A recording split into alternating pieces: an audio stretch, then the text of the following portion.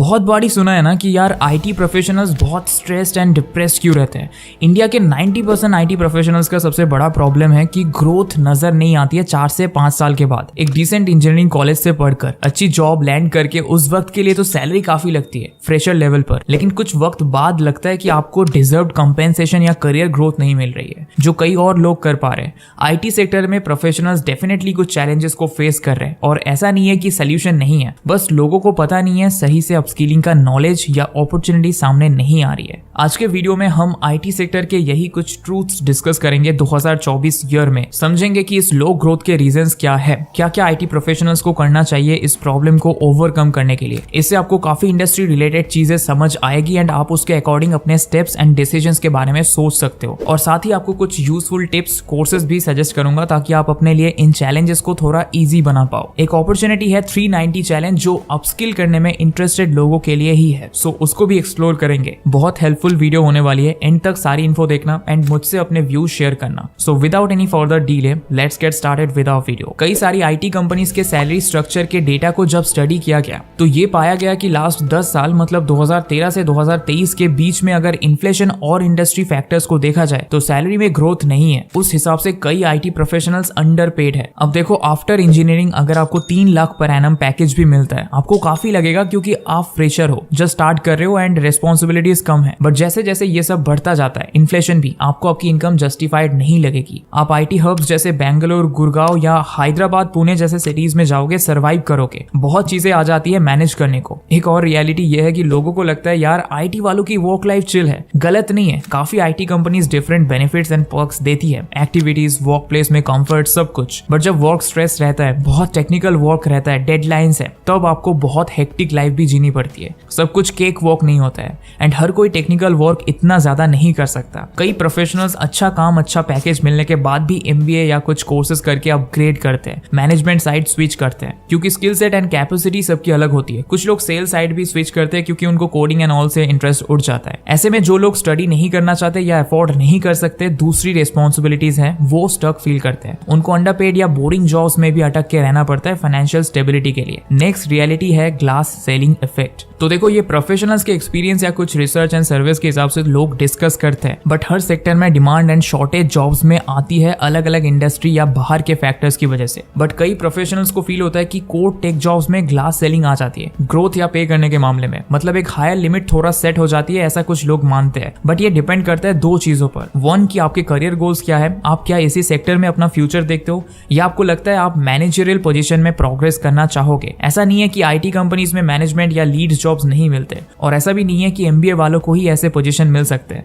But उसके लिए आपको नॉन आईटी में sales, product management, business development जैसा कुछ रेलिवेंट स्किल सेट भी होना चाहिए। और ये आप 4 से 5 साल वर्क करके रियलाइज करो एंड देन स्किल्स डेवलप करने की कोशिश करो तो टाइम एंड एफर्ट बहुत लगते हैं, क्योंकि जॉब के साथ साथ अपस्किलिंग करनी है। ऊपर से कहां से कैसे सीखे वो सब फिगर आउट करना पड़ेगा। सिर्फ टेक्निकल एक्सपर्ट बनने से डिसीजन मेकिंग, स्ट्रेटेजी, लीडरशिप जैसे प्रोफाइल्स मिलना मुश्किल होगा। सो इसके हिसाब से अपने आप को अपस्किल एंड अपग्रेड करना है। अनदर रियलिटी ये है कि सॉफ्टवेयर इंजीनियरिंग जॉब्स तो लाखों आपको देखने मिलती है, बट कई बार फ्रेशर्स को एक कोर सॉफ्टवेयर इंजीनियरिंग जॉब में इंटरेस्ट होता है and they take it. But हर कंपनी में प्रॉपर सॉफ्टवेयर डेवलपमेंट या इंजीनियरिंग का एक्सपोजर नहीं मिलता। स्पेशली फ्रेशर्स को कई बार जॉब पाने के बाद ये चैलेंजेस फेस करने पड़ते हैं। सिमिलर इशू होता है जब आप स्टार्टिंग में ही सर्विस बेस्ड कंपनीज का एक्सपीरियंस लेते हो एंड रियलाइज होता है कि आपको इंटरेस्ट ज्यादा सेल्स, मार्केटिंग या मैनेजमेंट साइड में है, एंड तब प्रोडक्ट बेस्ड कंपनीज में स्विच करने में चैलेंजेस भी आते हैं क्योंकि most IT company services based ही रहती है, स्पेशली सीएस फील्ड में। एंड बच्चों को सर्विस बेस्ड कंपनी ज्यादा मिलती है बिकॉज उन्हें बल्क हायरिंग करनी होती है एंड कॉलेजेस को ज्यादा से ज्यादा प्लेसमेंट्स। इसलिए अगर आपको कोर इंजीनियरिंग प्रोफाइल्स में इंटरेस्ट कम है या फ्यूचर में दूसरे प्रोफाइल्स एक्सप्लोर करने के लिए ओपन हो तो कोशिश करो प्रोडक्ट बेस्ड कंपनीज में ट्राई करने का। नेक्स्ट, एक रियलिटी से ज्यादा एक मिथ बस्ट करना चाहूंगा दोस्तों। मास हायरिंग या हाई नंबर ऑफ जॉब्स का मतलब हमेशा ये नहीं होगा कि सैलरी एंड ग्रोथ भी हाई मिलेगा। समटाइम्स आईटी सेक्टर्स में जो टॉप एमएनसीज है, ग्लोबल कंपनीज है, इन्हें स्किल्ड वर्कफोर्स से ज्यादा चीप वर्कफोर्स की जरूरत होती है क्योंकि सारा वर्क एंड प्रोजेक्ट्स तो अमेरिका या दूसरी कंट्रीज के लिए होते हैं। करेंसी भी डॉलर वगैरह रहेगी, बट हायरिंग इंडियन वर्कफोर्स की उनके लिए चीप लेबर होती है बिकॉज वो इंडियन स्टैंडर्ड से पे करते हैं। इसलिए आपको सिर्फ डेस्परेशन में जॉब नहीं उठानी है, कोशिश करो कि ग्रोथ ओरिएंटेड कंपनीज या स्टार्टअप्स भी टारगेट करो। शुरू वहां शायद थोड़ा और कम से करोगे बट ग्रोथ और स्किल डेवलपमेंट फास्ट होगा। ये मास हायरिंग कंपनीज आपको एडवांस ट्रेनिंग नहीं देगी, वो बस अपने volume of work and repeated task को जल्दी एंड चीप रेट्स में करने के लिए आपको ट्रेन करेगी ताकि उनके प्रोजेक्ट्स जल्दी हो पाए एंड कॉस्ट कॉस्ट कम लगे। सो ये सब थोड़ा डीप डाइव करो, समझो कि अगर डिमांड में बूम है तो क्यों आ रहा है और क्या इस बूम में रैंडम जॉब्स उठाना सही होगा।